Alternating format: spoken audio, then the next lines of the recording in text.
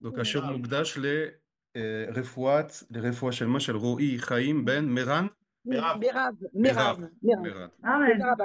תודה רבה, Amen. תודה רבה. רפואה שלמה, תוך שאר חולי עם ישראל. בעזרת השם. אמן. Amen. Hashem, on demande aux élèves de fermer les micros et on continue notre étude sur l'hébreu biblique et la paracha de la semaine. Bechamadaram. Tov, shalom, boker tov à tous. On continue notre étude comme David l'a dit. On est à la paracha de Vayakhel. Alors, Vayakhel, aujourd'hui c'est un cours un petit peu particulier. On va déjà remettre dans le contexte. Donc, la paracha précédente, la paracha de Kitissa, nous avons l'événement tragique du veau d'or. Moshe qui monte 40 jours et 40 nuits sur le mont Sinaï. Alors, quand Moshe monte sur le mont Sinaï, c'est pas juste qu'il monte physiquement sur le mont Sinaï, c'est qu'il monte vers les mondes célestes, le monde des anges, et il rencontre là-bas la présence divine. Attends, il y a un problème.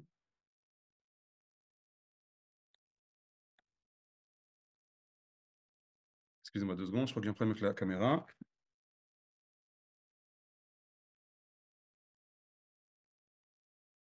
Voilà, c'est bon, excusez-moi. Donc, il rencontre là-bas la présence divine, 40 jours et 40 nuits.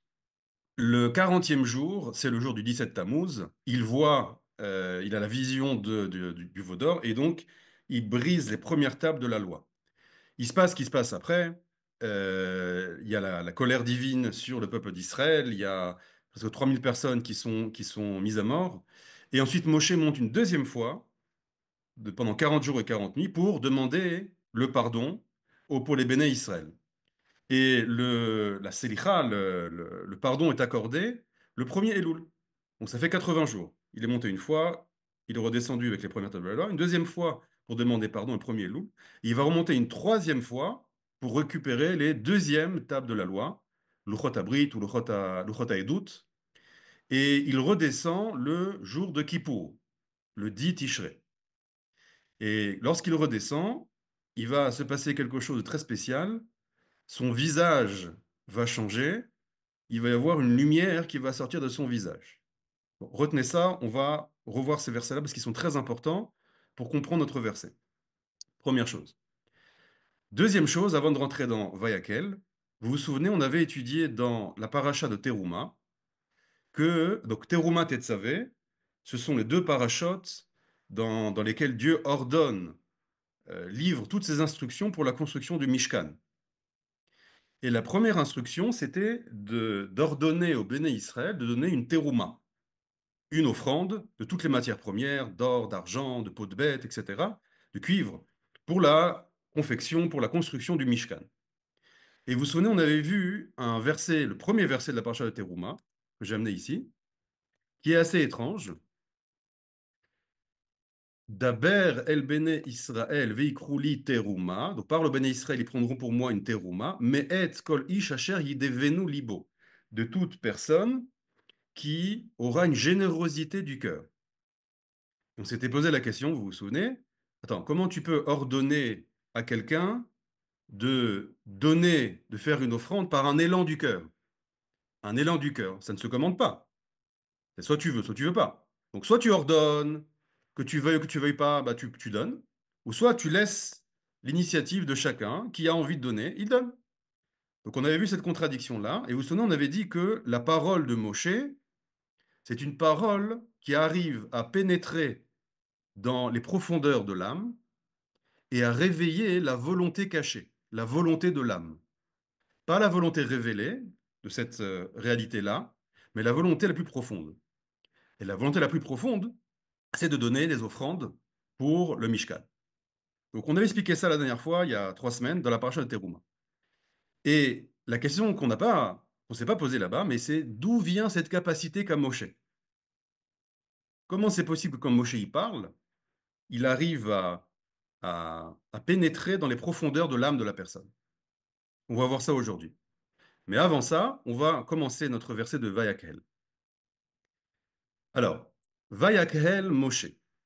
Donc, à l'époque, dans la paracha de Teruma, j'avais justement cité ce verset de Vayakhel pour dire que le mot Vayakhel vient de la racine Kahal, que j'ai mis en rouge, qui veut dire une assemblée.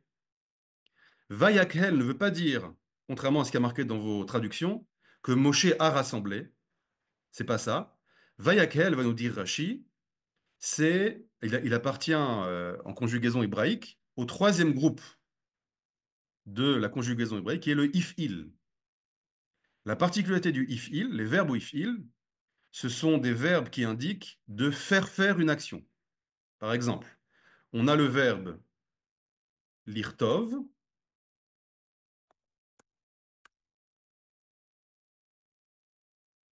lirtov qui veut dire écrire. Quand on met la racine de lirtov au if-il, ça fait les artiv, c'est faire écrire.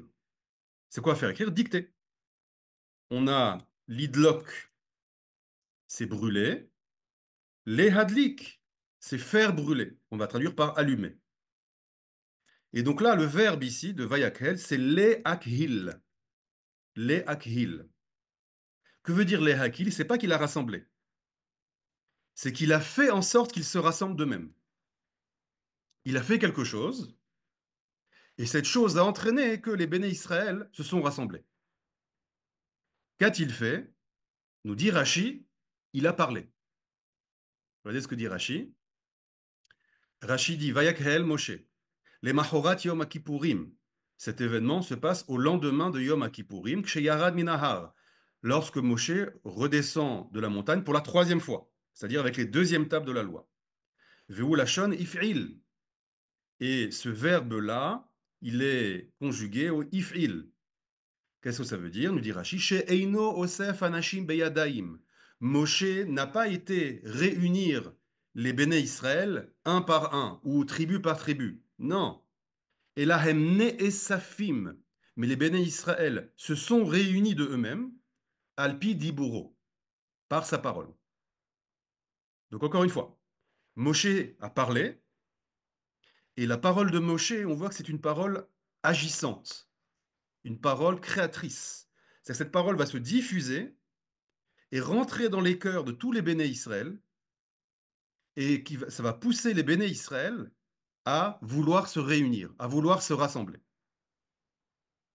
Et aujourd'hui, on va se poser la question, d'où vient cette capacité, d'où vient cette force qu'a Moshe, que lorsqu'il parle, on a vu deux choses. Dans Teruma, il va... D'ailleurs, Teruma, hein, c'est juste l'ordre.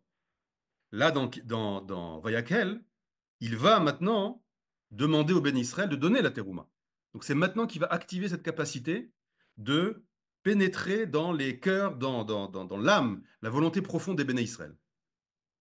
Donc on voit que la parole de Moshe, le souffle de Moshe, rentre dans les dimensions les plus profondes de l'être, et ça a deux conséquences. Un, ça réveille l'être intérieur, l'être le plus profond, et deux, ça pousse à la hardout, ça pousse à l'unité.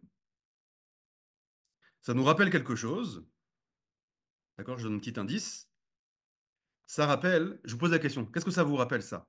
Un souffle qui pénètre dans les profondeurs de l'âme, qui réveille mon essence, qui réveille ma dimension intérieure, et en plus, un souffle qui permet la réunification, l'unité. À quoi ça vous fait penser? La création de l'homme, il y a Féméode, et quand Dieu il a créé l'homme, il a insufflé l'âme à l'homme. Ce souffle-là, c'est le souffle du son du chauffard, le jour de Rosh Hashanah. Le jour de Rosh Hashanah, c'est le jour de la création de l'homme, justement. Lorsqu'on entend le son du chauffard, cette sonnerie, c'est la continuité du souffle de Dieu. C'est-à-dire ce souffle premier, cette première émanation qui est sortie de Dieu, continue dans le son du chauffard. Et il y a deux conséquences. Un, ça rentre dans notre intériorité. C'est pour ça que le jour de Rosh Hashanah, il y a un réveil. Ça touche notre âme, notre identité la plus profonde. Et deuxièmement, le chauffard était utilisé pendant les guerres, d'ailleurs pas que chez les béné Israël, hein, dans le monde entier, pour réunir les troupes. Ouais, dans les films, là. Même de nos jours, dans l'armée avec la trompette. D'accord? Donc le son du chauffard était utilisé par les rois d'Israël pour réunir les troupes. Ça, c'est la capacité du chauffard. Et Moshe a cette capacité en lui. La parole de Moshe, c'est la parole du chauffard. C'est le son du chauffard. C'est vraiment la même chose. Ça atteint l'âme, et ça réunit, comme le chauffard. Et maintenant, il faut comprendre d'où vient cette capacité de Moshe. Avant ça, on termine juste le verset. Vayakhel Moshe. Moshe, donc, a fait en sorte que les béné Israël se réunissent par sa parole. Et kol adad béné Israël, toute l'assemblée des béné Israël. Vayomer, il leur dit. Vayomer alehem, il leur dit. Ele hadevarim, voici les paroles. Asher tziva Adonai la asot otam.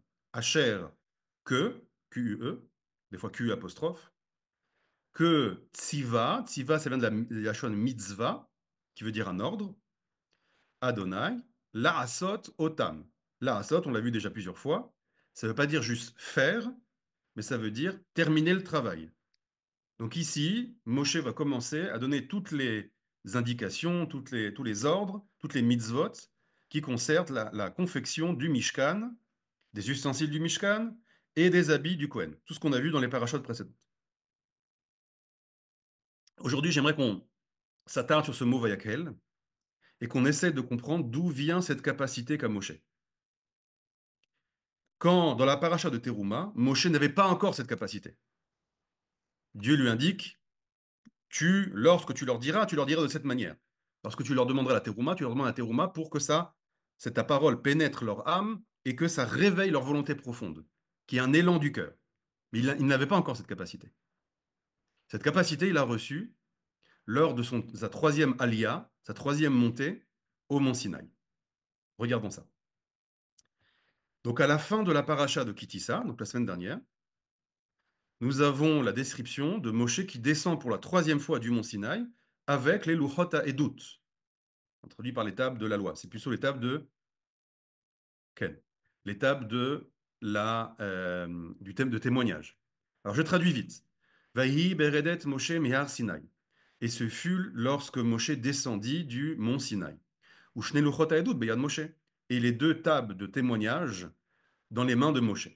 C'est l'étape de la loi. Donc les deuxièmes tables de la loi. Beridoto minahar, lorsqu'il descend de la montagne. Et là, la phrase qui va nous donner les clés de toute la compréhension. Alors je vais traduire deux traductions. Je traduis une première traduction, simple. Et tout à l'heure, je traduirai une traduction plus profonde. Ou Moshe lo yada. Et Moshe ne savait pas. Qui, on avait dit qu'il y a plusieurs traductions possibles. Soit ça veut dire car, soit ça veut dire lorsque. Pour l'instant, je vais traduire car. Ou Moshe lo yada, et Moshe ne savait pas. Qui karan or panav. Car, karan, ça vient de keren. Keren, c'est des cornes. Maintenant, c'est pour ça que vous connaissez la statue qu'a fait, je crois que c'est Michel-Ange, la statue de Moshe avec les deux cornes. D'accord? Donc ça, c'est une mauvaise compréhension du verset, parce que c'est la même racine que corne, mais karan, ici, c'est un verbe. Les hakrin, hakrana, ça veut dire éclairer. D'accord? Il y a une lumière qui éclaire, une lumière qui sort de lui. Comme des cornes, mais c'est pas qu'il avait des cornes sur la tête. D'accord? Donc c'est karan, c'est quelque chose qui va émaner de lui. Hakrana, les hakrin en hébreu. Rayonner, exactement, rien. C'est encore une meilleure traduction. Donc quelque chose qui rayonne de lui. Or panav. Donc il y a une lumière qui rayonne de or, attention, or ici c'est la peau, de la peau de son visage. Panav c'est panim shelo. Bedabero ito, lorsqu'il parle avec lui, c'est-à-dire lorsque Dieu a parlé avec lui. Je répète. Ou Moshe lo yada, Moshe ne savait pas, qui karan or panav, car rayonnait de lui une lumière qui sortait or panav de la peau de son visage. Et quand est-ce que ça lui est arrivé ça? Bedabero ito, lorsque Dieu lui a parlé. Je continue rapidement. Vayar Aaron echol ben Israël et Moshe. Aaron et tous les ben Israël ont vu Moshe. Veine karan or panav. Et ils ont vu, alors veine, vous vous souvenez le veine? On l'a vu plusieurs fois. Veine, on a dit, et voici, c'est toujours quelque chose de nouveau. On l'a vu dans la paracha de Miketz, quand Pharaon fait un rêve prophétique. Il y avait veine, parocholem. Et je vous avais montré qu'à chaque fois qu'il y a des rêves prophétiques dans Bereshit, il y a cette expression de Vehine. Donc Vehine, c'est une nouvelle capacité. On avait vu aussi dans Bereshit, le Vehine qui apparaît là-bas, et le commentateur qui disait que Vehine, c'est à chaque fois qu'il y a une Ithatchut. quelque chose de nouveau, une nouvelle capacité, ce terme Veiné apparaît. Donc là, nous rencontrons ici une nouvelle capacité qu'a obtenue Moshe. Ça s'appelle Karan Aor Panav, à rayonner la peau de son visage. Vaïreu Migeshet Elav. Et Aaron et les béné Israël ont eu une crainte de s'approcher de lui. C'est-à-dire, vous voyez le visage de Moshe, et il y a une lumière aveuglante. Donc, ils ont une crainte de s'approcher de lui. Vaïkra alehem Moshe, Moshe les a appelés. Vayashuvu elav Aaron vechol hanesim ba'eda. Et sont revenus vers lui Aaron et les princes des tribus, de toute l'assemblée. Vadaber Moshe alehem. Et Moshe leur a parlé. Donc au début, il y a eu une crainte. Finalement, ils se sont approchés de lui comme Moshe les a appelés. Ve'acharechen nigeshu kol bene Israël. Et ensuite, se sont approchés tous les béné Israël. Donc tout le monde a pu profiter contempler cette lumière de Moshe et écouter ses paroles. Il leur a ordonné tout ce que Dieu leur a dit au mont Sinaï. Moshe a terminé de leur parler. Vaïten alpanav masve. Et il a mis sur son visage un masque. Pourquoi un masque? Pour cacher cette lumière.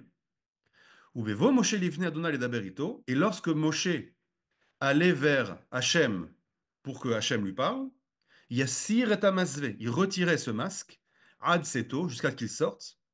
Veyatza Vediber el Bene Israël et Asher Yitzouvé. Et donc, quand il avait reçu ce message de Dieu sans le masque, il allait vers les Bene Israël pour leur transmettre ce qu'il avait reçu sans le masque. Veraou Bene Israël et Pene Moshe. Et les Bene Israël ont vu et voyaient le visage de Moshe. Qui karan or Pene Moshe, car rayonnait la peau du visage de Moshe. Veheshiv Moshe et Amazvel Panav, et quand il avait terminé, il remettait le masque sur son visage, ad bo'o ledaber ito, jusqu'à ce qu'il aille lui parler de nouveau avec Dieu. Et juste après, Vayakel Moshe. Moshe a parlé, et cette parole a activé une unité, un rassemblement. Donc on voit que, quand j'ai posé la question, d'où vient cette capacité qu'a Moshe, comme le chauffard, de pénétrer les âmes, de toucher la volonté les plus profondes, et aussi de rassembler. Sa parole, c'est une parole de rassemblement. Apparemment, ça vient de ce rayonnement qu'il a sur son visage. Et la question qu'on doit se poser, c'est quel est ce rayonnement? C'est quoi cette lumière? Pour ça, on va étudier en profondeur ce verset. Alors regardez. J'ai traduit tout à l'heure, Moshe lo yada kikaran or panav. Moshe ne savait pas, car rayonnait la peau de son visage. Pédabéro ito, est-ce que Dieu lui a parlé? Et je vous ai dit qu'il y a deux traductions possibles. La première traduction, c'est celle-là. La deuxième traduction, c'est une traduction kabbalistique, qui va dire comme ça. Écoutez bien. Ou Moshe lo yada, virgule. Là, vous voyez ici le ta'am amikra, la cantillation, ce qu'on appelle un ravia. C'est une petite pause. Il y a une virgule. Donc, Moshe ne savait pas, virgule, qui, ici, on va le traduire par lorsque rayonnait la peau de son visage. Qu'est-ce que ça veut dire? Je vous ai marqué les deux traductions, pour que ça soit plus clair. Okay, donc, je vais dire d'abord l'oral, après je vais. Les kabbalistes disent qu'il y a un monde qu'on appelle le monde de l'Oyada. C'est quoi ce monde de l'Oyada? Ne pas savoir. C'est un monde le plus élevé. Alors, à quoi ça correspond? Vous vous souvenez, je vous avais raconté lors d'un cours précédent que le Baal Shem Tov disait il y a 4 degrés de chant. Le degré le plus bas, c'est ce qu'on appelle la Zemira, Zemirot. Ensuite, on a la Shira. Ensuite, le degré encore plus élevé de chant, c'est le Nigun, le fameux Nigun chassidique. Et le Baal Shem Tov dit le degré le plus élevé, c'est la Shtika, c'est le silence. Donc il y a un monde qui est à la racine de tous les sons, à la racine de tous les bruits, Et ce monde-là, c'est le monde du silence. Et on avait expliqué, on avait donné un exemple. Si vous allez maintenant à un concert classique, d'accord, on avait dit que lorsque les musiciens arrivent, d'accord, donc tout le monde les applaudit, il y a tout d'un coup un brouhaha, il y a un boucan. Chaque musicien va commencer à accorder son instrument. Ensuite, on a le chef d'orchestre qui arrive, tout le monde se lève et applaudit. Ensuite, tout le monde s'assoit, le chef d'orchestre tape avec sa baguette, et tout d'un coup, il y a un silence de 1 ou 2 secondes. Et juste après ce silence, commence la symphonie. Maintenant, dit le Baal Shem Tov, celui qui a l'oreille pour entendre, il arrive à entendre toute la musique dans le silence qui précède la symphonie. Toute la symphonie est déjà inclue dans cette seconde de silence. Mais plus que ça. Toutes les symphonies, toutes les musiques, tous les chants sont déjà inclus dans ce silence. C'est un peu comme la feuille blanche. La page blanche, c'est l'infini. C'est-à-dire tous les livres, tous les chants, tous les textes qu'on peut écrire sont déjà inclus dans cette page blanche. Ça correspond également au blanc des lettres. D'accord? Vous avez le noir des lettres, mais derrière cette lettre, vous avez du blanc. Et donc, dit le Baal Shem Tov, il y a un monde qui s'appelle le monde de l'Ashtika. C'est quoi le monde de l'Ashtika? C'est le silence qui précède tout son. Donc, c'est la racine de tous les bruits, de tous les sons, de toutes les paroles, premièrement. Ce monde-là s'appelle également le monde de l'Oyada. Qu'est-ce que ça veut dire l'Oyada? Ne pas savoir. C'est pas ne pas savoir, c'est le monde qui est la racine de tous les savoirs, de toutes les sagesses, de toutes les connaissances. C'est un monde extrêmement élevé. Dans ce monde-là, la façon de voir les choses, la façon de comprendre les choses, ce n'est pas une façon commune. Ce n'est pas une manière analytique ou synthétique. C'est au-dessus de toutes les catégories de pensée. C'est le monde de l'Oyada. L'Oyada, pas on connaît rien. L'Oyada, c'est la racine de tout. Et dans le monde des séphirotes, ça s'appelle la Séphirat à Chochma. La Séphirat à Chochma, c'est la première des séphirotes qui correspond à un yud, à une graine. D'accord? Le yud du tétragramme, ça correspond à la séphira de la Chochma. Et cette graine-là, vous avez toute l'énergie condensée. La graine est à la racine des racines, du tronc, des feuilles, des branches, des fruits. Tout est inclus à l'intérieur. Donc c'est tout petit, c'est tout condensé. C'est l'oyada, c'est à la racine toutes les connaissances. Et ce monde du silence, qui est le monde de l'Oyada, qui est le monde de Sfirat HaChochma, c'est également le monde qu'on appelle de Or Aganouz. Tout ça, c'est la même chose. C'est quoi Or Aganouz? Lorsque Dieu crée le monde, le premier jour, il est dit, Va Yomer Elohim Yehi Or. La première émanation que Dieu va créer, c'est de la lumière. Maintenant, la lumière là-bas, c'est évidemment pas la lumière du soleil, une lumière physique. C'est seulement le 4e jour où les astres vont être créés. Donc ici, on parle d'une lumière spirituelle. Quelle est cette lumière? C'est une lumière de compréhension. C'est une lumière qui est au-delà de l'espace et du temps. Et celui qui se connecte à cette lumière, il peut voyager dans le temps. C'est ce qui a marqué avec Adam Arishon. Dieu lui a donné, lui a permis de jouir de cette lumière. Et il a marqué que Ra'a Adam misof haolam ve'ad sofo. Il a pu voir toutes les générations du début de l'histoire jusqu'à la fin de l'histoire. Donc celui qui est connecté à cette lumière, comme c'est la lumière première, la racine de tout, quand tu es connecté à ça, tu vois tout. Le passé, le présent, le futur. Tu vois cet espace-là et tu vois ce qui se passe dans une autre planète. C'est la lumière première. Et cette lumière-là, c'est la lumière qui a eu le mérite d'avoir Moshe. Ou Moshe Loyada, disent les kabbalistes, et Moshe, c'est pas, il ne savait pas. Ici, c'est Moshe rentré dans un monde qui s'appelle l'Oyada.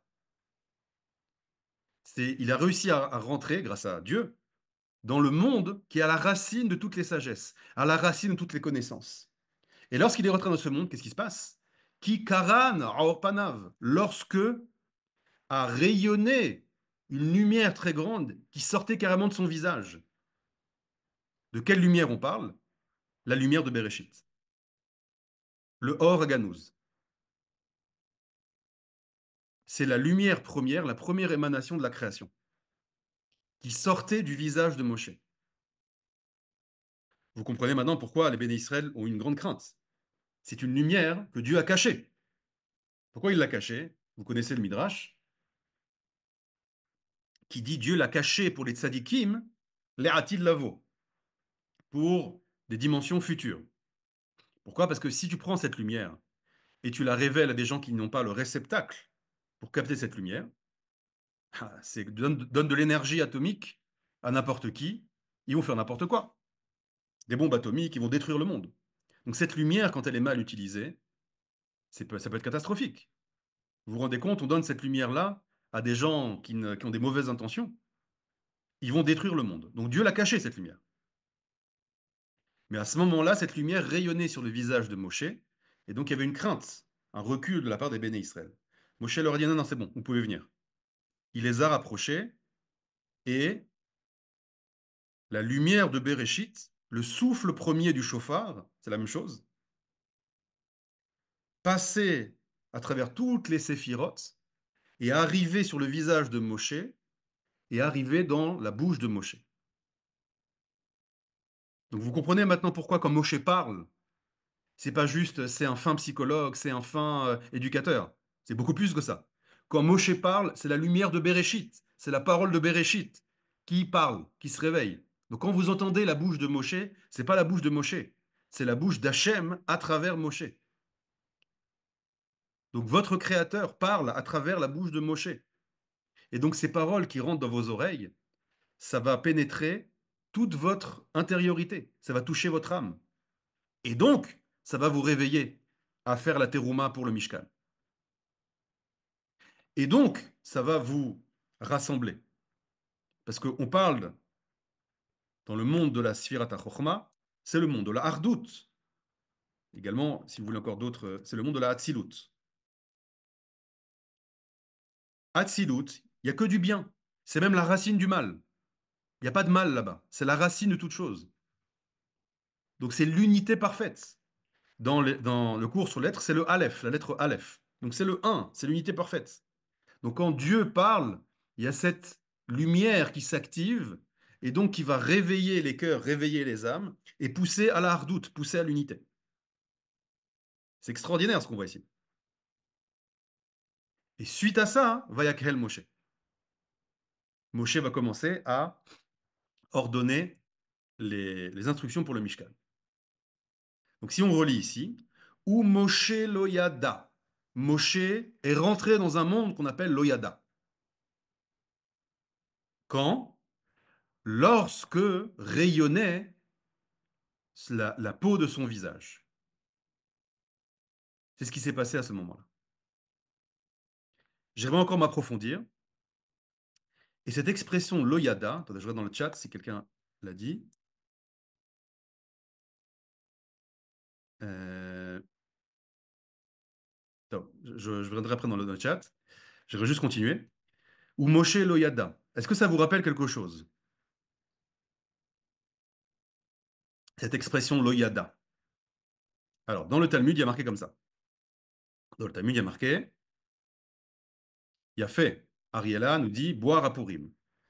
Dans le Talmud, il y a marqué Chayav inish liv mesube be puria.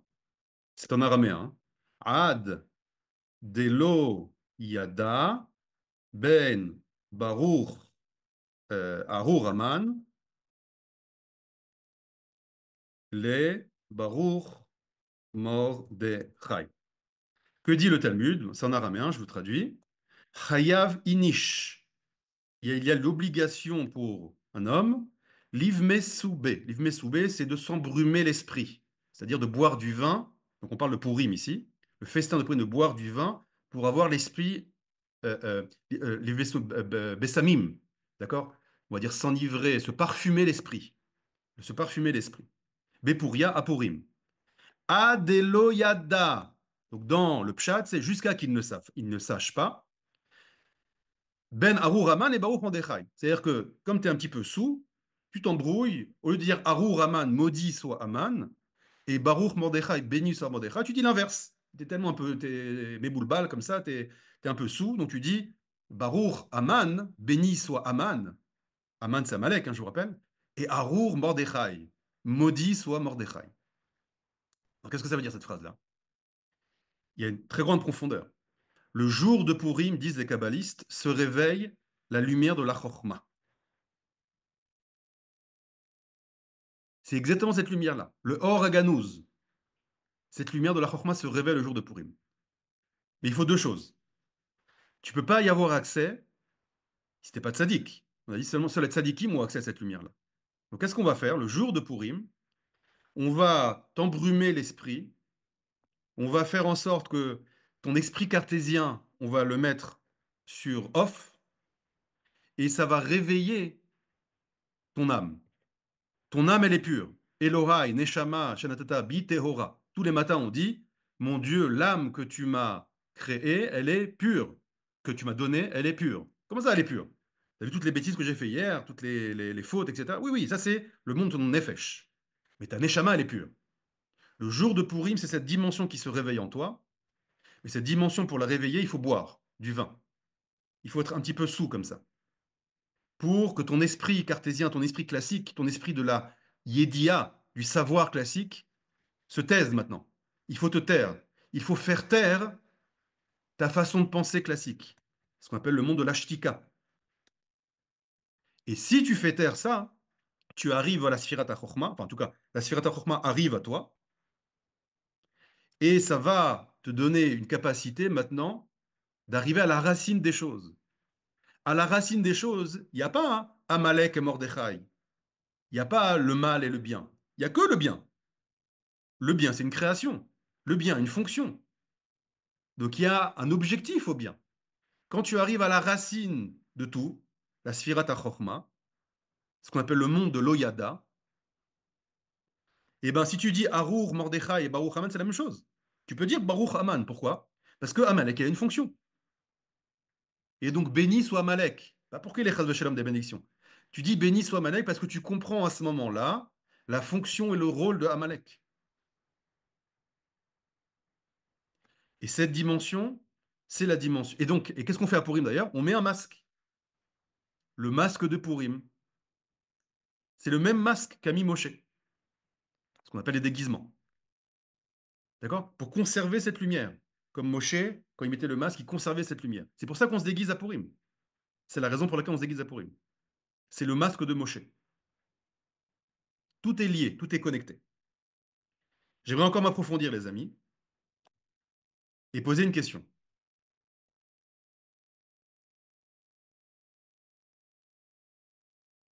Euh, Rebecca, tiens, attends, je répondrai à tout à l'heure, toutes les questions. J'aimerais encore m'approfondir, excusez-moi. Pourquoi Moshe, pourquoi Dieu, on va dire, active cette capacité chez Moshe maintenant? Ça veut dire, pendant le don de la Torah, Parashat Yitro, Moshe n'a pas, Dieu n'a pas fait rayonner son visage. Il lui a pas donné ce monde de l'Oyada. Pourquoi Dafka maintenant?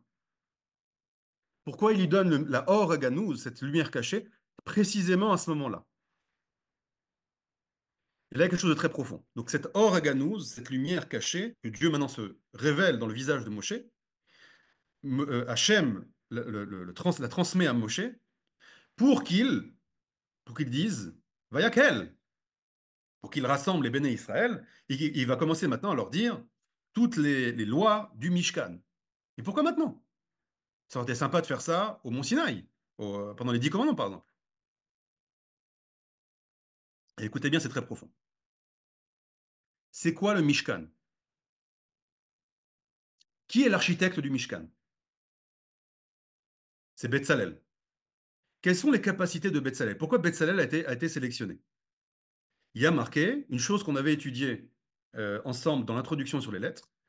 On avait dit Betzalel savait l'etzaref, savait combiner des lettres par lesquelles ont été créés Shamaim va'aretz, les cieux et la terre. À l'époque, j'avais juste dit, vous avez vu que les lettres de la Torah, hein, ce sont les lettres créatrices, les lettres par lesquelles que Dieu a utilisées pour créer le monde. Bon. Mais c'est beaucoup plus profond que ça. Dans le cours sur Purim, je crois que c'était la semaine dernière, le Rav Yoel a cité cette source-là. Alors, c'était pas, il a dit ça de manière derech hagav, en digression, mais c'était très profond ce qu'il a dit. Il a dit, qu'est-ce que ça veut dire que Betzalel, il savait combiner les lettres, etc. C'est pas juste c'était un kabbaliste qui savait le secret des lettres. C'est pas juste ça. C'est qu'il savait utiliser les tsaref. Quand les kabbalistes disent les tsaref, c'est utiliser, combiner les lettres par lesquelles le monde a été créé. Et le Rav Yoel a dit un truc très très profond. Il a dit, ne croyez pas que Betzalel, il a pris un marteau, il a pris un pieu, et il a commencé à tailler les poutres, etc. Betzalel a créé le Mishkan par la parole. Il utilisait les lettres, il combinait les lettres de la Ménorah, il émet des Krashim, les lettres des Adanim, les lettres des Vavim, etc. Et les choses se faisaient d'elles-mêmes. C'est ça l'architecte en chef que Moshe a nommé. C'est pas juste un type qui a fait des études d'archi. C'est quelqu'un qui connaissait les secrets des lettres de la création. Et le Rav Yoel a dit, il créait le Mishkan par sa parole, par sa pensée, comme Dieu. Donc qu'est-ce que ça veut dire? Ça veut dire que le Mishkan, c'est une nouvelle création du monde. Le Mishkan, c'est un petit monde que Betzalel, Moshe et tous les artisans se sont mis à créer. Et de quel monde on parle? En fait, le Mishkan, c'est la création de notre monde réparé, de notre monde. Ken, exactement, Rebecca. C'est pour ça que Moshe, c'était Ken, exactement. Parce que la menorah, c'était encore quelque chose d'autre. Notre monde réparé. J'explique. Quand vous rentrez dans le Mishkan, quand vous rentrez dans le Beth Amikdash, c'est la même chose. Vous sortez de notre monde, où il y a du bien, où il y a du mal, où il y a des hauts, où il y a des bas, et vous rentrez dans un monde futur. Vous rentrez dans notre monde réparé. C'est pour ça d'ailleurs qu'au Beth Amikdash, le Kohen Gadol pouvait prononcer le tétragramme. Il disait pas Adonai. Il prononçait les lettres. Pourquoi? Parce qu'on dit que le tétragramme pourrait être révélé au Olam Haba. Quand vous rentrez dans le Mishkan, vous êtes dans le Olam Haba. Quand vous sortez du Mishkan, vous rentrez, vous revenez dans le Olam Hazé. Donc le Mishkan et le Beth Amikdash, c'est notre monde qui est réparé. C'est notre monde qui est nettoyé de tout mal. Donc pour créer ça, on utilise les outils de la création. C'est pour ça que Moshe, Hachem a activé cette capacité chez Moshe. Il y a un parallèle entre, d'ailleurs, les 7 jours de la création et le Mishkan. D'ailleurs, pourquoi on fait Shabbat? Parce que pendant 6 jours, Dieu a effectué des activités créatrices. Et le septième jour, Shabbat. Shabbat en hébreu, ça ne veut pas dire qu'il s'est reposé. Dieu, il ne se fatigue pas. Shabbat, l'ishbot en hébreu, ça veut dire cessation d'activité créatrice. C'est ça le Shabbat. Cessation d'activité créatrice. Et quels sont les 39 travaux interdits à Shabbat? Ce sont les 39 travaux qui ont permis la confection du Mishkan. Donc ça veut dire qu'il y a un parallèle entre la confection du monde et la cessation de cette confection, et la confection du Mishkan et la cessation de cette confection. On dit que le Mishkan les travaux du Mishkan s'arrêtaient à Shabbat, comme Dieu qui s'est arrêté à Shabbat. C'est la même chose. C'est extraordinaire. Avec ce mot Vayak El et ce Rashi là qui paraît anodin, et ce petit verset Loyada, il y a des choses extraordinaires. Moshe, Dieu lui active le Or Aganouz, parce que maintenant il faut réveiller les âmes, les dimensions les plus pures chez les Béné Israël, pour créer maintenant un nouveau monde. C'est ça le Beth Amikdash, et c'est ça le Mishkan. Et c'est pour ça que Dieu l'active maintenant. Il faut que les Béné Israël révèlent leur capacité d'âme pour construire le Mishkan. Parce que le Mishkan doit être créé avec pureté. Il faut que ces dimensions les plus intérieures imprègnent l'ADN du Mishkan. Et pourquoi? Parce que comme ça, on a un modèle. Quand vous avez un puzzle qui est éparpillé en plein de morceaux, vous faites un puzzle de 1000 pièces. C'est très compliqué. Il y a plein de petits morceaux comme ça. Comment vous allez le faire? Il vous faut un modèle. Vous prenez le modèle et doucement, vous reconstituez le puzzle. C'est quoi le puzzle éparpillé? C'est notre monde. Notre monde, c'est un puzzle avec des milliards de morceaux éparpillés. Il y a des choses qui sont fragmentées, des choses qui sont fracturées, des choses qui sont cassées, des choses qui sont brisées. Et il faut tout réparer. Mais comment tu répares maintenant? C'est quoi le modèle? Le modèle s'appelle le Beth Amikdash. Le Beth Amikdash et le Mishkan, c'est le modèle de réparation du monde. C'est pour ça que c'est un drame quand il n'y a pas de Mishkan Beth Amikdash. C'est pourquoi les grandes sadikim, toutes les nuits, s'assoient par terre et pleurent le Beth Amikdash. Parce qu'on n'a pas le modèle. Donc on va dans un sens. Alors, il y a la providence divine qui oriente l'histoire humaine. Mais il nous faut le modèle. Et pour créer le modèle, tu dois révéler ces capacités-là. Et c'est pour ça que Dieu a fait rentrer Moshe dans le monde de l'Oyada, qui est le monde du silence, qui est le monde de la Sfirat HaChochma, qui est le monde de la Or Haganouz, et qui est le monde de la Hatzilut. Et quand il redescend, boum, quand Moshe parle, ça réveille mon âme tout de suite. Boum, ça réveille l'unité. Et quand maintenant je vais confectionner le Mishkan, c'est mon âme qui va confectionner le Mishkan. C'est pas juste mon corps avec mes tendances, mon attirance vers le mal. Il n'y a plus d'attirance vers le mal maintenant. Top. Chazak ou Baruch. Donc vous voyez comment dans un mot, Vayakel, dans un petit Rashi qui paraît anodin, et dans un verset, Lo Yada, Karan Orpana, bon ok, il y a une lumière. Vous voyez les trésors extraordinaires qui sont cachés. Top, je m'arrête et je commence à lire le chat. Il y a beaucoup de questions. Alors, je reprends du début. I azir pour ce verbe, quel est l'infinitif s'il vous plaît? J'ai pas compris, Rebecca, tout début. Moshe a monté de Da'at à Bina. Alors, il y a fait. Moshe, chez les kabbalistes, euh, il appartient à deux sphirotes, le Netzach et le Da'at. Mais à ce moment-là, vous avez tout à fait raison, il n'est pas rentré dans la Bina, encore plus, il est monté dans la Chochma. Il a réussi à atteindre ce niveau-là de la Chochma. Yosef. En fait, il devient moitié ange. Non, il ne devient pas moitié ange, il devient totalement homme. Ça veut dire que, alors là, c'est une capacité extraordinaire, mais c'est une capacité que euh, chaque personne qui révèle son potentiel peut atteindre. C'est pour ça qu'a marqué que le Or Ganouz, la lumière cachée de Bereshit, Dieu la réserve pour les tzadikim. Léatid lavo. Pourquoi il dit Léatid lavo? Léatid, dans le futur, lavo, qui vient maintenant. C'est-à-dire que si tu es un tzadik et tu arrives à vivre cette dimension du Olam Haba dans ce Olam Hazé, tu as le mérite d'avoir cette Or Ganouz. Peut-être pas avec l'intensité de Moshe. Moshe, c'était spécial. Hein. Moshe, c'est les mêmes lettres que Hachem. Mais en tout cas, chacun peut mériter s'il est tzaddik, s'il fait ce qu'il a à faire. Donc, c'est pas qu'il est à moitié ange, c'est qu'il est totalement homme. Pourquoi la peau de son visage et non son visage tout court? Il a fait. Alors, la peau, ça correspond également. Encore une fois, tout ça, c'est lié à Bereshit. Hein. Vous vous souvenez que Dieu, avec le Adam Arishon, où vous voyez de la peau là-bas, vous avez la peau de Adam était de lumière. On dit que le corps de Adam était fait de lumière. Avec Or, Aleph, Vav, Resh. Suite à la faute, Dieu lui a donné une tunique de peau. Footnote Or.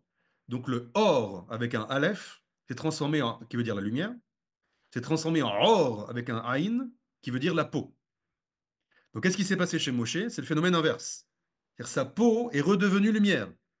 C'est-à-dire que Moshe, il est revenu avant la faute d'Adam Arishon. Donc très bonne question. Donc c'est pour ça qu'on parle de la peau, c'est important ici. C'est-à-dire que la peau est redevenue lumière. Alors je continue. Quelle est la séphira des autres Nigun, Shira, Zemiroth? Je ne sais pas, je ne suis pas sûr. Peut-être que c'est dans les Partsoufim, Zemiroth, c'est le Nukba, la Malchut. Je ne suis pas sûr de ça, hein, mon instinct me dit ça. Shira, ça doit être Zeher Anpin, c'est-à-dire les six intermédiaires. Nigun, ça doit être la Bina. Et Shtika, c'est la Hatzilut. Je pense, Rebecca, mais j'ai pas de source de ça. Potentialité non manifestée, Richard. Tov. Euh, Essayez de m'expliquer après ce que vous voulez dire. Rebecca, est-ce que Hachem envoie cette lumière sur les Israéliens pour notre unité actuelle et future Ah, il y a Femod. Alors, question de Rebecca. Est-ce que Hachem envoie cette lumière sur les Israéliens pour notre unité actuelle et future, qui est notre seul avenir pour arriver du Mashiach? Très très bonne question. La lumière dont on parle ici, et le son du chauffard, vous vous souvenez, c'est le son du chauffard. Qu'est-ce qui a marqué dans le prophète Ésaïe? Bayom Ahu, Yitaka Beshofar Gadol. En ce jour, Dieu sonnera du grand chauffard. Et là-bas, le prophète parle du retour des Béné Israël sur leur terre. Ça veut dire, il y a 150 ans, qu'est-ce qui s'est passé? L'affaire Dreyfus. Bon, ok, c'est tragique, mais l'affaire Dreyfus, ça a réveillé Théodore Herzl, qui a, je schématise un petit peu, mais créé le mouvement sioniste, les premières montées les aliotes des premiers sionistes en 19e siècle, après création de l'État d'Israël, etc., et tout le mouvement de la Alia qui est né depuis 150 ans. Attends, je ne comprends pas. Avant l'affaire Dreyfus, il n'y a pas eu des événements un peu tragiques aussi? Je sais pas, les pogroms, l'Inquisition en Espagne. Il y a eu des événements pas très sympathiques chez les Bnei Israël. L'affaire Dreyfus, on l'a humilié en public, on lui a. Bon, qu'est-ce qui se passe? Les kabbalistes disent, le Rav Kook à leur tête, qu'à ce moment-là, c'est-à-dire toute cette période-là, fin 18e, début 19e, Dieu sonne du chauffard. Dieu révèle cette lumière-là. Les conséquences, c'est qu'il y a un réveil d'âme et une volonté de retour. Comme le chauffard pendant la guerre qui réunifiait, comme la parole de Moshe, Vayakhel, d'accord? Quand Dieu parle, ça réveille les âmes et ça pousse à l'unité. L'unité des béné Israël ne se fait que en Eretz Israël, et donc le sionisme s'active. Vous comprenez, derrière des phénomènes historiques, vous avez toutes les lumières cachées dont on parle. Donc exactement ça, Rebecca, cette lumière est en train de se révéler de nos jours, depuis 150 ans, et plus on avance dans le processus de la Géoula, plus cette lumière rayonne et brille. Donc je continue. Quitter la pensée rationnelle pour la pensée divine. Exactement, Youssef. Le monde de l'Oyada, c'est quitter la pensée humaine classique et on pense kiviachol, si on peut dire. On rentre dans le monde de la pensée divine. C'est exactement ça. Où est la Shrina alors, Rebecca? La Shrina, elle est dans la Sfirat Malchut, c'est en bas. Masque en hébreu. Alors, Déborah nous demande. En hébreu biblique, ça se dit masve. En hébreu moderne, c'est masecha. Masechot, Rashanim, Shirim, Rikudim. D'accord? Écoutez les chansons des enfants. Vous allez apprendre beaucoup de mots en hébreu. Evelyne, pour attirer l'attention et transmettre au peuple, oui, c'est plus qu'attirer l'attention, c'est carrément réunir le peuple. C'est ce que Moshe n'a pas compris lorsqu'il fallait créer la menorah. Alors la menorah, je vais en parler maintenant, c'est encore une autre madriga. Mais aussi un geste créatif à l'échelle de la compréhension humaine. Richard. Je ne sais plus dans quel contexte ça a été dit. Evelyne, nous créons tous le Mishkan au quotidien. Exactement. Alors je vais vous citer une source que j'ai ramenée ici. Donc c'est dans le livre Pinei Halacha du Rav Melamed, dans le Shabbat. Le Rav Melamed explique ici pourquoi on fait les 39 travaux de Shabbat. C'est lié aux 39 travaux du Mishkan. Quel rapport entre les deux? Alors j'ai expliqué un peu. Ici, il rentre encore plus en profondeur. Mashmaout adavar, chez Ikar Yehudo shel Adam shenira betzelem Elohim, liot shutaf im hakadosh baruch hu betikun haolam. L'objectif de l'homme, c'est d'être associé, l'homme est fait à l'image de Dieu, c'est d'être associé à Dieu pour réparer le monde, pour parachever le monde. Ça veut dire, Dieu, il a créé un monde manquant, il y a des manques dans le monde, celui qui est responsable de compléter les manques, c'est nous. Veikar tikunu shel olam naaseh al yedei hakamat hamishkan. Maintenant, dit le Rav, le fondement de la réparation du monde, ça passe par la confection, la création du Mishkan et du Beth Amikdash. Pourquoi? Chez Boa Shrina Shora. Dans le Mishkan, dans le Beth Amikdash, vous avez la Shrina, la présence divine. Umitoch Mishkan mitpashetet he'ara lechol haolam. Et du Mishkan, la lumière de la présence divine va s'étendre, va se diffuser dans le monde entier. Ou mitgalé, écoutez bien maintenant, très important ce qu'il dit ici, et à ce moment-là se révèle, Shekol haolam kulo ra'u liot mishkan la shrina, que tout le monde entier doit être transformé en Mishkan. Encore une fois, le Mishkan, c'est un modèle. Le Beth Amikdash, c'est un modèle. Quand on construit le Beth Amikdash, l'objectif, c'est d'avoir un modèle pour transformer le monde en Beth Amikdash. Shebechol makom shebo yaase adam et melarto leshem shamaim. À chaque endroit dans le monde où l'homme fera sa melacha, son travail, avec l'intention de révéler Dieu, beyosher, avec droiture, ou bechesed, avec bonté, kedei leosif tova baolam, afin d'ajouter du bien dans le monde. Tishrei ashrina, la présence divine va résider. C'est pour ça qu'il y a marqué dans le Mishkan, Veshachanti betocham, je résiderai parmi eux. Comment ça parmi eux? Oui, le Shrina, le Mishkan, c'est juste un modèle. Et si tu fais ce qu'il y a à faire dans ce monde-là, ta maison devient un Mishkan. Ton travail devient un Mishkan. Ton pays devient un Mishkan. Vekdushat a Mishkan, petite pachette, et lave. Et donc, si tu fais ce qu'il y a à faire dans ta maison, la Kedusha du Bet Amikdash ou du Mishkan se révèle dans ta maison. Et ta maison devient un Mishkan. Nimtsa imken, il se trouve donc chez Tamtsit Amelachot Sheba Olam que le concentré des travaux dans le monde, c'est les 39 travaux qui sont interdits à Shabbat, c'est les 39 travaux qui sont à la racine de toute création dans le monde. À chaque fois que tu veux faire quelque chose dans les 6 jours de la semaine, tu utilises un des 39 travaux de Shabbat ou un dérivé. Donc, à quoi ils servent ces 39 travaux que tu fais pendant la semaine?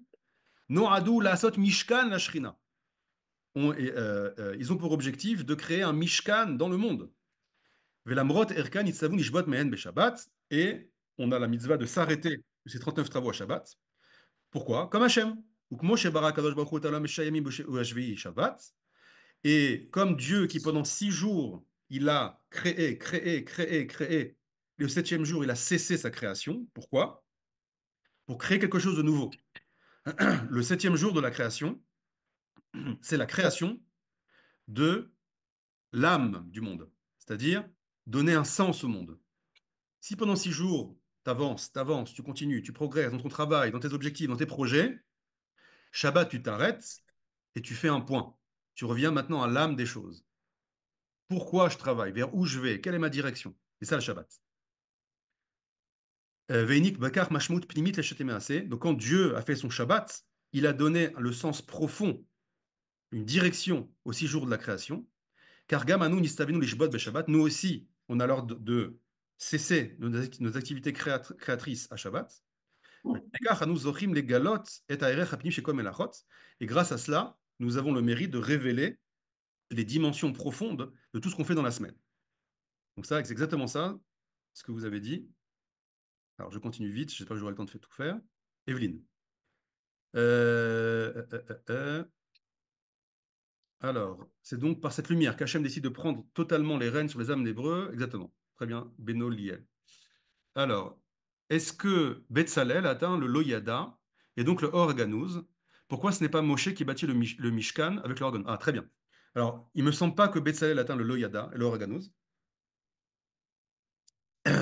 mais Moshe, lui, atteint ce niveau-là, et il a insufflé de ce niveau à Betzalel. Betzalel, il avait cette capacité créatrice, il ne me semble pas que c'était le Loyada. Pourquoi c'est pas Moshe? Parce que Moshe était trop haut. Il ne pouvait pas construire le Mishkan parce que Moshe, il était dans la dimension il était dans la graine. Dans la graine, il y a tout. Donc, il n'était pas dans le monde des détails. C'est Betzalel qui était dans le monde des détails.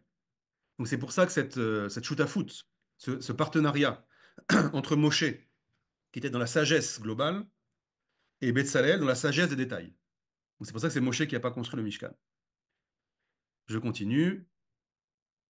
Nos chers otages ont une fonction divine pour le bien, nous faire la guerre, nous faire la guerre contre Amalek, recréer notre unité, élargir nos frontières, et Adeloyada, cette pensée qu'elle. Une seconde, s'il y a des questions.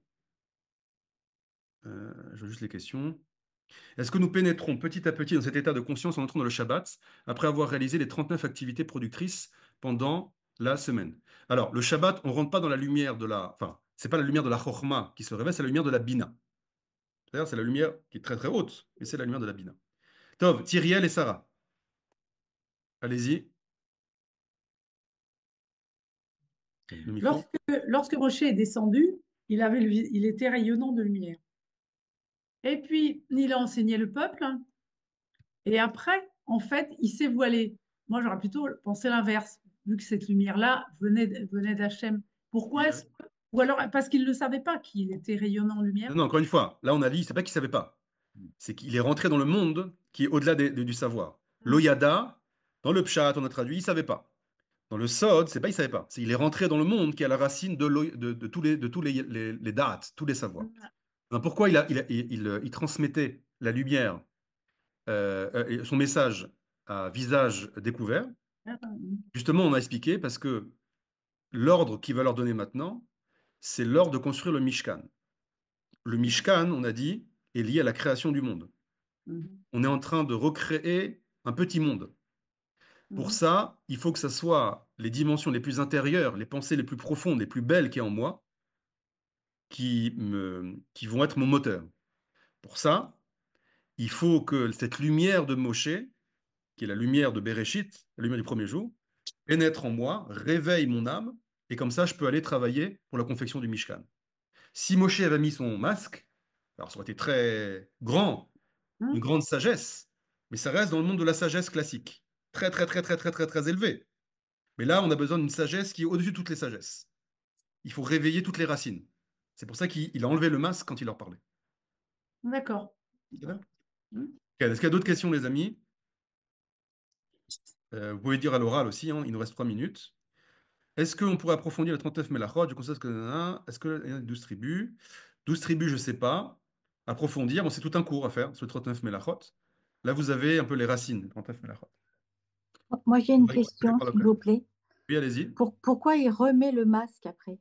Ah, il a fait. Très bonne question. Pourquoi il remet le masque? Qui a posé la question? C'est Ah, Caroline. Caroline. Il remet le masque parce que, pour pas que, justement, n'oublie pas que cette lumière, à la base, elle est cachée. Or, à Ganouz. Dieu la cache, qu'on a expliqué, pour ne pas que les Réchaïm puissent en profiter. Cette lumière-là, elle se diffuse pas seulement chez les Béné Israël, elle se diffuse dans le monde. C'est-à-dire, quand Moshe parle, qu'est-ce qui est marqué dans la paracha de Haazinu? Haazinu Hashamaim Va'aretz Va'adabera. Quand Moshe parle, il dit, écoutez les cieux et la terre parce que je vais parler. Quand Moshe parle, les cieux et la terre écoutent. Quand Moshe parle, la nature se tait. La nature écoute. Le ciel et la terre écoutent Moshe. Donc, quand Moshe rayonne, ce rayonnement, il se diffuse dans le monde entier. Le problème, c'est que ce rayonnement, quand il a un cli, quand il a un ustensile, un réceptacle, qui sont les béné Israël, donc là, ça va. Ce rayonnement est capté et utilisé pour faire le Mishkan. Mais si c'est pour la vie de tous les jours, ce rayonnement, il est dangereux. Parce que s'il n'y a pas de réceptacle chez les béné Israël, donc il va se diffuser partout, et peut être capté par des Réchaïm, et donc ça peut être destructeur. Donc c'est pour ça qu'à chaque fois qu'il finit de dire les mitzvot, il remet le masque. Et on termine par Richard. Allez-y, Richard. Le micro. Oui, bonjour. En écoutant le cours, on s'aperçoit qu'on suit à peu près le même cheminement que Moshe, Betzalel et les enfants d'Israël. Ken. Excusez-moi du peu pour la comparaison. Parce que je Quand veux vous dites dire, nous, c'est nous oui, oui, oui, dans notre discussion. petit Ken. groupe, là, oui, oui, oui. Petit Enfin, groupe. Ken. et vous êtes là, celui qui distribue le savoir à partir d'un concept très, très condensé. Ah, il faut que je Alors, retrouve en mon fait, masque de pourrim alors. oui, Après le mettez. cours. Non, en fait, tout à fait, à la fin, la dernière pensée qui m'est arrivée, c'était Naaseh Venishma. Si on fabrique le Mishkan, ce qui m'a choqué enfin frappé dès le début, c'est qu'en fait, on est comme dans une expérience scientifique où on refabrique à l'échelle de notre compréhension un phénomène naturel que l'on ne comprend pas. Pour le comprendre, on essaie par approximation successive et expérience de pensée ou expérience réelle à le ramener à notre échelle. On le comprend à notre échelle. Et à partir de là, on se dit, ah, waouh, alors maintenant que j'ai compris ça, je peux aller vers autre chose. C'est-à-dire que faire, Quelle est votre c'est question, Richard? capital. Il n'y a pas de question. Quelqu'un, non, c'est juste une réflexion. Ah, Oui, On oui. termine par ça, Ken. Voilà, Allez-y, c'est ce Richard. que je voulais dire parce que Terminé. et donc peu à peu, en suivant votre cours, on s'aperçoit qu'on arrive quasiment à la première parole, c'est Vénishma, c'est-à-dire que c'est à partir du moment où à un moment donné, il faut faire. C'est la raison pour laquelle c'est pas Moshe, bien sûr, qui fait le Mishkan, parce que lui, il n'est pas du tout dans cette dimension. D'accord. Et alors, c'est très, très, très fractal. J'ai entendu que vous aviez utilisé cette image dans un autre cours. Et au lieu de parler de ce grand puzzle avec énormément de petits morceaux qui n'ont rien à voir les uns avec les autres, on est au contraire dans une accessibilité, enfin, dans la possibilité pour le microcosme d'avoir l'éclair de cette lumière. Et c'est ça qui le pousse à se réunir, Exactement. exactement comme un fractal se constitue à partir des microcosmes. יפה מאוד. חזק וברוך. Exactement, Richard. Kol hakavod. Donc, il faut mettre le masque de Purim après. On a Madame 1, 2, 3 qui a une question également.